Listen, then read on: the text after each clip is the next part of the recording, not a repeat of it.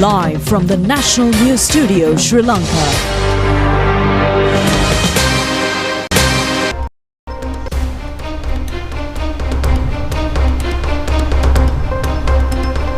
Good evening. You're joining the National News telecast, bringing you the latest updates from home and across borders. I'm Vibhuda Vijay Bandara.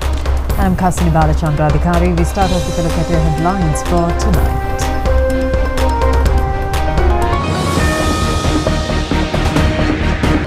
New educational reforms commenced. The aim of the government is to deliver an educational system where no one will fail, asserts the Prime Minister. Sri Lanka in a highly positive status after Cyclone Ditwa, assures the International Monetary Fund. No need of an unwanted fear regarding Nipah virus, informs the Health Secretary. Also requests to rely only on verified sources. The 78th Independence Day celebrations under the theme Let's Build Sri Lanka. A record increase in apparel exports in the country. A woman in police net with a stock of cocaine and narcotic tablets worth 220 million rupees.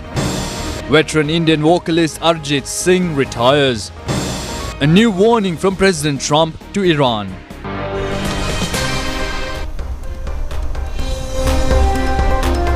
And now for those stories and other news items in detail, we're starting off with local news. The national function to introduce new educational reforms was held today at the Gunasekara Vidyalaya in Aturgere under the leadership of Prime Minister Dr. Harini Amarasuriya. Admission of children to grade 1 and implementation of educational reforms for grade 1 was also commenced on this occasion. The Prime Minister on arrival at the school was warmly welcomed by children. She also inspected the new classrooms of grade 1. The Prime Minister stated that the objective of the government is to provide the children an educational methodology where no child will be failed.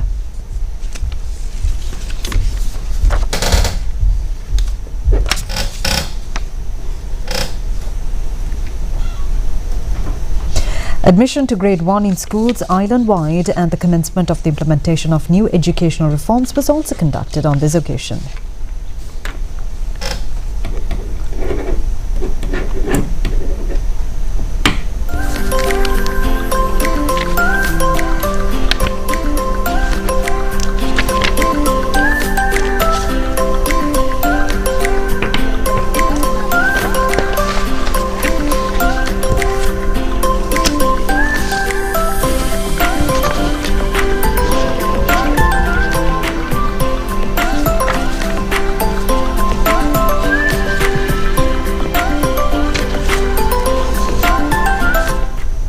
Now, the International Monetary Fund states that the IMF program in Sri Lanka continues to be implemented robustly even after the Ditwa cyclone. The IMF delegation who arrived in the country to assess the impact of the storm made these remarks to the media upon concluding their mission. Last month, the International Monetary Fund took steps to provide Sri Lanka with a rapid finance instrument of $206 million to recover the country's economy, which was affected by the cyclone. The fund further stated that it remains ready to support Sri Lanka's efforts to maintain macroeconomic stability and promote resilience. In the Sri Lanka program, these were the pillars which of the program, of the fund's IMF supported program. One was, it was based on revenue-based fiscal consolidation, coupled with institutional fiscal reforms, and strengthening social safety nets. Now, this is I would underscore the fact that the program, the fund IMF program, supported program in Sri Lanka had a. So first of all, there's no such thing as on hold. As you know, you may remember also from our press release at the time in December, the completion of the 5th review of the EFF was postponed. And so, because at the time, you know, the systemic event that happened with the cyclone became a necessity for us to come back and revisit some of our assumptions, because the program conditionality as it was set at the time had to be re-evaluated. And so obviously up until the arrival of the cyclone. According to the Consolidated Apparel Association Forum, exports of this country have gone up on a record basis. In the data issued by The forum, it indicated that there's an increase of 5.3% in December compared to the month of November last year. The income earned during the month of December 2025 has been $447.2 million, and this has been an increase of $23.03 million compared to the month of December. Main reason for the increase of income has been the growth in demand from the United States, United Kingdom and the European Union. Overall apparel exports during January to December last year has also increased by 5.42%. The increase of exports to the US has been 2.15%. The Consolidated Apparel Association Forum points out that the stable growth in the apparel sector is depicted by these data. In a major stride towards position in Sri Lanka as a hub for global research, the ECRISA 2026 International Research Conference commenced today at the Mount Lavinia Hotel, organized by the Arthur C. Clarke Institute for Modern Technologies. The event serves as a premier international platform, gathering a distinguished assembly of scientists, researchers and policymakers to explore how cutting-edge technology can drive sustainable national development. The conference, held under the theme Integrating New Research Concepts for Sustainable Sri Lanka, focuses on high-impact fields including artificial intelligence, robotics and space science. The opening session featured keynote addresses by the Presidential Advisor on Digital Economy, Dr. Hans Vijayasuriya, and prominent researcher Dr. Manzoor Lay, alongside the chairman of the Arthur C. Clarke Institute, Senior Professor Chandana Jayaratna. Discussions throughout the day centered on innovative solutions for climate adaptation and digital transformation, while a dedicated industry participation program aimed to bridge the gap between academic research and practical commercial application. With select research papers set to be published via Springer Nature, the two-day summit, which concludes tomorrow, underscores Sri Lanka's growing influence in the global technological landscape and its commitment to fostering international scientific collaboration. We need to carry it to the next institution physically, and then that institution will probably enter in all that data and go through another very good system. Now, what is missing in our digital economy architecture and digital government architecture is the horizontal layer, the platform layer, which will give you the multiplier. And that is something we all need to think about, because now these systems are no longer separate from the human. As we use them and bring them into the very center, economic development, we also have to be very conscious that if it's to be sustainable, if economic development is going to be socio-economic development and it's going to be inclusive, then the connect between the human being and these technology, a true realization of Industry 5.0 is something that I think this research community can really focus. Because technology alone will do clever things, but can they do clever things in the hands of humans? Will humans allow these technologies to work in collaboration with them to produce not an incremental change, but a transformational change? And I believe that is something as Sri Lankans we all look for. Arthur C. Clarke Institute for Modern Technologies was established in 1984 by prize money received by Sir Arthur C. Clarke for his satellite technology invention called Marconi Award with some government funds. This was established as a government institute under the Ministry of Science and Technology. So today, after 42 years, that we are proud to announce that we started a workshop, international workshop, ECRISA 2026, and we are going to continue every year this one. And we received a lot of national and international research papers. And these findings will present during today 29th and tomorrow 30th at the Mount Lavinia Hotel. And then we are going to use this knowledge for the development of our country and the world. According to the Ministry of Health, the risk of spreading Nipah virus in Sri Lanka is minimal. Although several patients infected with the virus have been identified from West Bengal, in India, no international travel restrictions have been imposed by the World Health Organization, according to the clarifications provided by the Secretary to the Ministry of Health, Consultant Physician Dr. Anil Jasinger. Nipah virus disease is a zoonotic infection that primarily occurs among animals, particularly fruit bats, and can rarely be transmitted to humans through close contacts with infected animals or contaminated materials. The virus is not airborne like influenza and does not spread easily through casual contact, according to the communique issued by the ministry. The Ministry of Health of Sri Lanka maintains a robust national disease surveillance system capable of early detection and rapid response to emerging infectious diseases. This includes laboratory diagnostic capacity at the Medical Research Institute to promptly identify Nipah virus infection in case of an imported occurrence of the case. The Ministry of Health is closely monitoring the regional situation with the World Health Organization and other relevant partners. The public is advised to rely on official communications and verified sources for accurate information.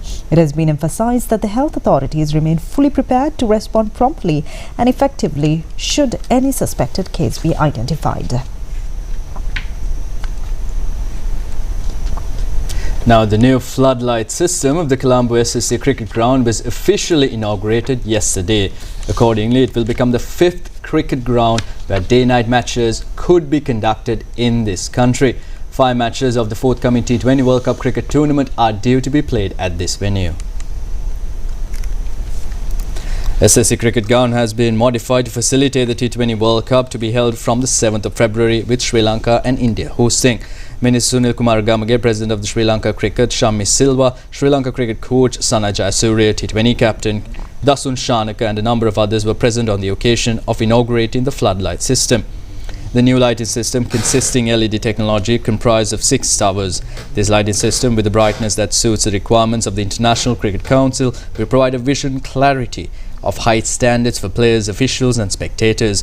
After the inauguration of the new lighting system, the Sri Lanka T20 cricket captain Dasun Shanaka and head coach Sana Jayasuriya played, symbolising the commencement of the day-night matches in the stadium. A friendly cricket match was also played later.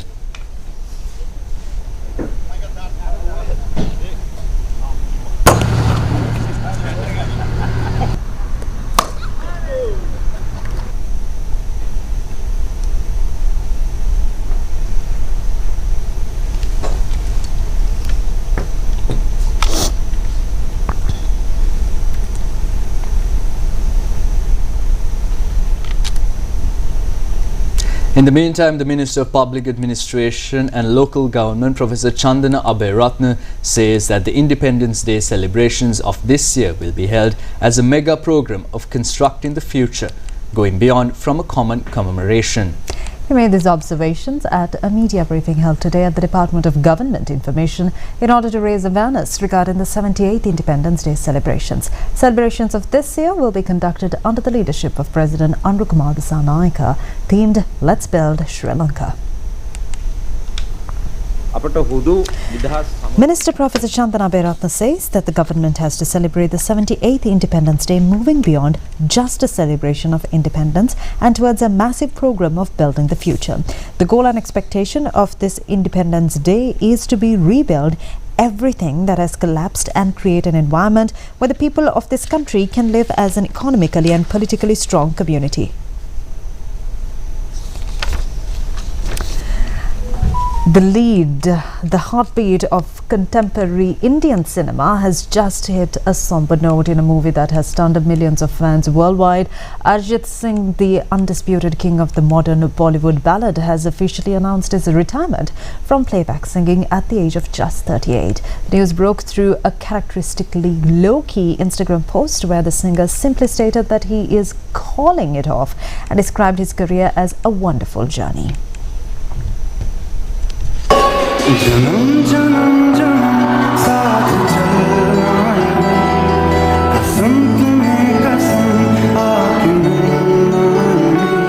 Arjit's rise from a small town boy in West Bengal to a global phenomenon who recently sold out London's Wembley Arena is a rare story of talent over artifice. While he first entered the public eye on the reality show Fame Gurukul in 2005, it was his hit in 2013, Tum Hi Ho, that truly redefined the sound of Bollywood. क्योंकि तुम ही हो, अब तुम ही हो, जिंदगी अब तुम ही हो. reintroducing raw, bruised vulnerability to the mainstream, Singh became an inescapable force, recording in dozens of languages and collaborating with global icons like Ed Sheeran.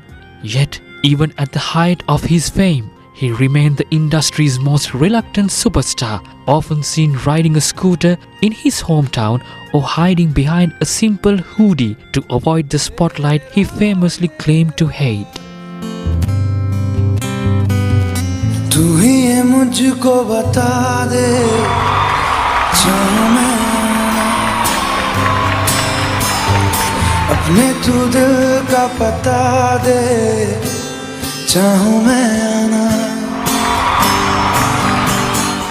While the industry reels from the news, there is a silver lining for his devoted listeners. Reports indicate that Singh is not quitting music entirely, but is instead choosing to step away from the commercial pressures of film assignments to focus on independent projects. He plans to fulfill his remaining commitments before retreating to his home studio to explore creative avenues beyond the constraints of cinema. As he pivots towards this new, independent chapter, he leaves behind a legacy as the most relatable voice of a generation, one that will continue to echo through the streets of India long after his final playback recording is released.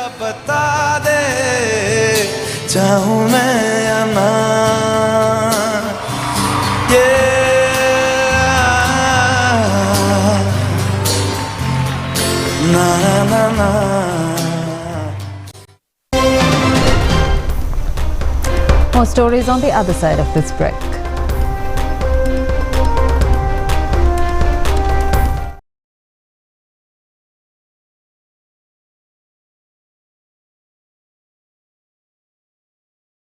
From the National News Studio, Sri Lanka.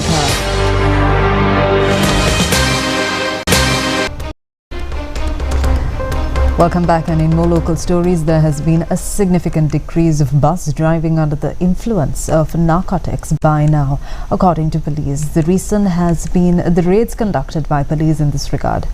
Now, according to the Deputy Inspector General of Police WPJ Senadira, states that at a media briefing held in Colombo today that this fact has been revealed during inspections conducted recently. In a press conference held on the 29th January 2026, Deputy Inspector General of Police WP Senadira detailed a collaborative operation conducted in the Panadur area alongside the National Institute of Transport Medicine and the Western Province Road Passenger Transport Authority. During this initiative, authorities performed special inspections on 84 buses, resulting in 3 individuals testing positive for drug use. The testing process utilized mobile urine sample analysis, which is capable of detecting the presence of cannabis, heroin, ice, narcotics and babul. The DIG emphasized that these substances remain detectable in the system if they have been consumed within the previous 14 days. In his concluding remarks, the DIG issued a firm directive to the public, warning drivers to refrain from operating vehicles if they have used such substances. Furthermore, he advised vehicle owners to be vigilant and ensure they do not entrust their vehicles to anyone known to use these drugs. 6 police officers implicated in the alleged assault of a Catholic priest were ordered to be released on personal bail today when the court granted bail at 500,000 rupees per individual. The interdiction from service remains in effect. 6 officers from the Combat Motorcycle Unit of Gampaha Divisional Crime Investigation Bureau have been arrested and remanded in connection with the assault of a Catholic priest. They were produced before the Gampaha Magistrates Court again today for an identification parade. During the proceedings, the aggrieved priest identified 3 of the suspected police officers. Consequently, the case was postponed until 30th of April for further trial. The court ordered the release of all 6 officers on personal bail and imposed a travel ban preventing them from leaving in the country. The Colombo Magistrates Court has ordered the case against Member of Parliament Nama Rajpaksha concerning an investigation under the Prevention of Money Laundering Act to be recalled on the 20th of July. When the complaint was taken up today before Colombo Chief Magistrate Sangha S. Bodragama, 4 suspects including Nama Rajpaksha appeared in court.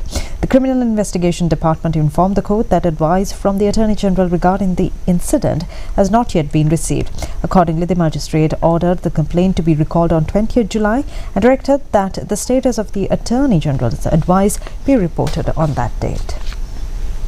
The Agriculture Insurance Board has announced a farmer insurance month which will be implemented from February. According to the board, compensation can be obtained for natural damages, including crop damages, through an insurance cover to be taken paying a minimum installment.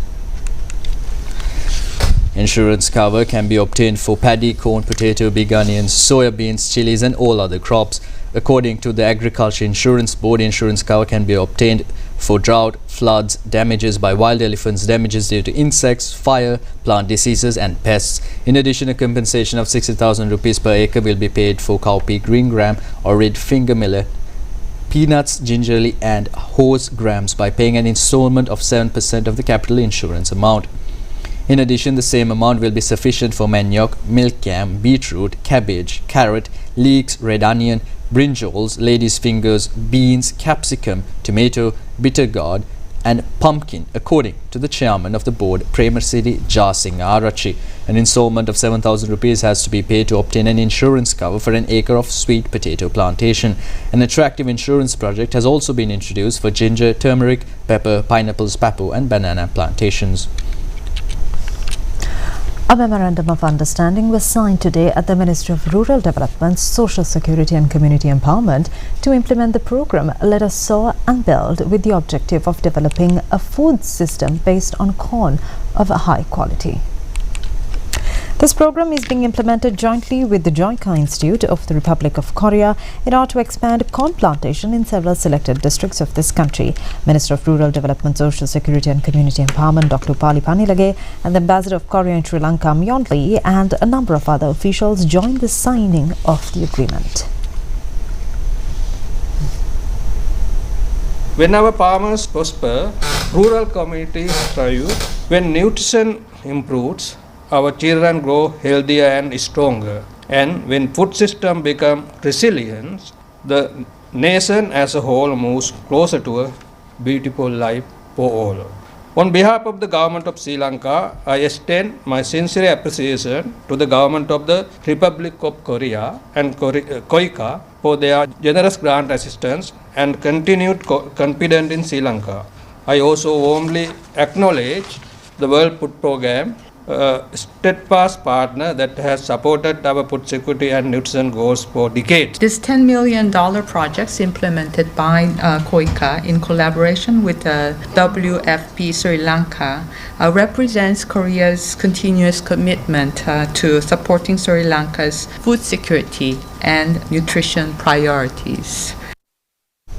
The outdoor patient department and the emergency treatment unit of the Ittapana Hospital in Kaluthura was opened yesterday, led by Minister Dr. Nalinda Jayatissa. A sum of 50 million rupees has been spent for this project. Another 20 million rupees has been set aside for the mortuary of the hospital, dental surgical unit and other projects to be developed, including the clinical waste management unit. The hospital provides services to nearly 20,000 patients. Minister Dr. Nalinda Jayatissa stated on this occasion that steps will be taken to provide an optimum medical service to the people by restarting stalled development projects in hospitals and recruiting doctors, nurses and human resources to the medical service. Measures have been taken to allocate a sum of 350 million rupees for hospital development in Kaluthura district. Chinese Cultural Night was held in grand manner at the Special Economic Zone in the Colombo Port City last evening. The event was jointly hosted by Cultural and Tourism Ministry of People's Republic of China and the Chinese Embassy in Sri Lanka. The ceremony was colorful with many dance and cultural events that express traditional dancing and culture in China. This event was graced by Chinese Ambassador to Sri Lanka, Ki Zheng-hong, and Jin Chenang. Deputy Minister Madhura Seneviratna and a number of distinguished guests were present at this occasion.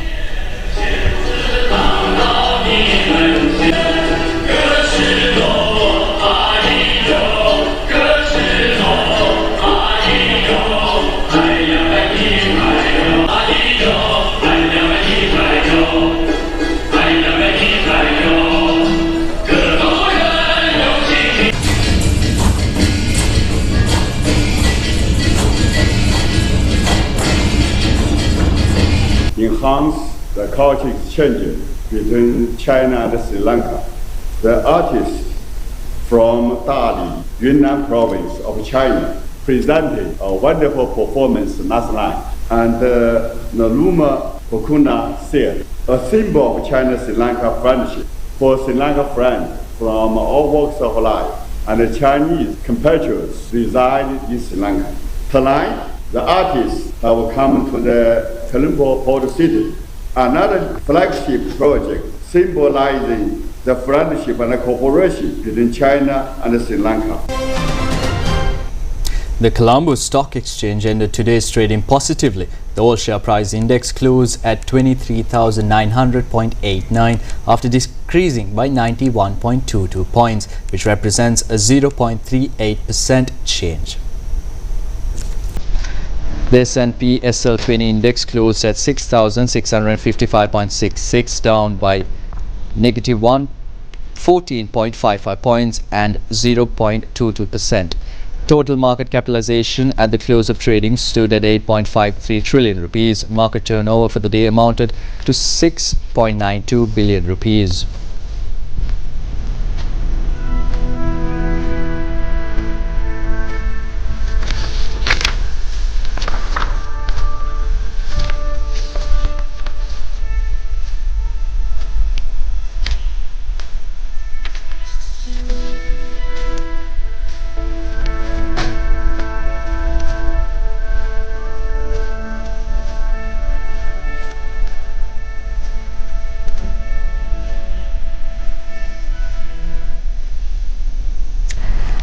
And in your weather update this evening, several spells of shower will occur in eastern and Nuwara provinces and in Matale and Nuwara districts. A few showers may occur in northern and north central provinces as well as in Hambantota district. Showers or thunder showers are likely at a few places in Sabaragamu province and in Kalutara and Mathura districts. Misty conditions can be expected in some places in western, Sabaragamu, central and northwestern provinces as well as in Badulla, Gaul, Mathura and Anuradhapura districts during the early hours of the morning.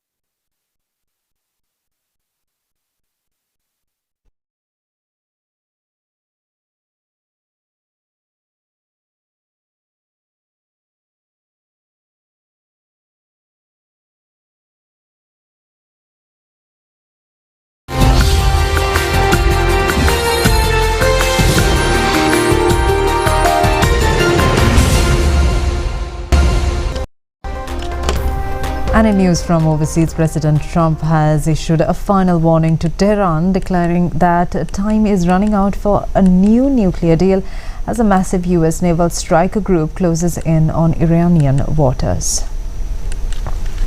United States President's latest threat follows the arrival of the US Abraham Lincoln Korea strike group, a force he describes as larger than the fleet sent to Venezuela. Tensions have reached a breaking point following last June's Operation Midnight Hammer, the secret US stealth bomber strikes that devastated Iranian nuclear sites. In Tehran, Foreign Minister Abbas Araghchi says that Iranian forces are ready with fingers on the trigger to respond to any further aggression. This military buildup coincides with a humanitarian crisis inside Iran, where activist groups report tens of thousands have been killed in recent anti-government protests. While the US signals it is ready and able for a rapid mission, the world watches to see if diplomacy or conflict will define in the coming days.